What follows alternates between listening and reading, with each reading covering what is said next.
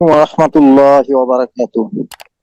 ওয়ালাইকুম আসসালাম ওয়া রাহমাতুল্লাহি ওয়া বারাকাতুহু। জি বলেন। বিষয় আমি বাংলাদেশ দিনাজপুর জেলা থেকে বলছিলাম। প্রশ্ন।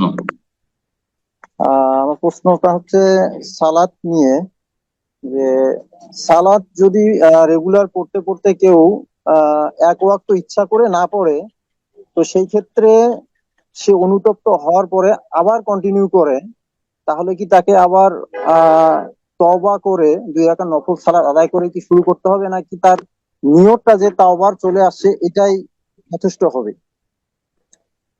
জি, তাহলে অন্তর জাযাক। থেকে তবার যে শর্তগুলি রয়েছে তবার শর্ত পুরা করবে। 2 রাকাত নফল কেন পড়তে যাবে? কাফারা নাকি? না, 2 রাকাত নফল ডবল পড়বে না, খালেস অন্তরে তওবা করবে।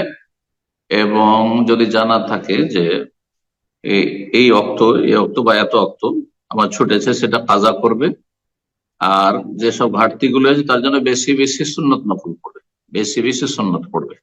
তাহলে সুন্নত দিয়ে কিয়ামতের দিনে ঘাটতি পূরণ করা হবে। তাহলে অন্তরে তওবা করলে আল্লাহ তওবা কবুল করবেন। কিন্তু যদি বদন্তর নিয়ে তওবা করে আস্তাগফিরুল্লাহ আস্তাগফিরুল্লাহ পড়লো মন্ত্র, কিন্তু তারপরে আবার নামাজ ছাড়ছে, তাহলে তো আল্লাহ জানছেন অন্তর। ওয়াহিদ আদান করুন।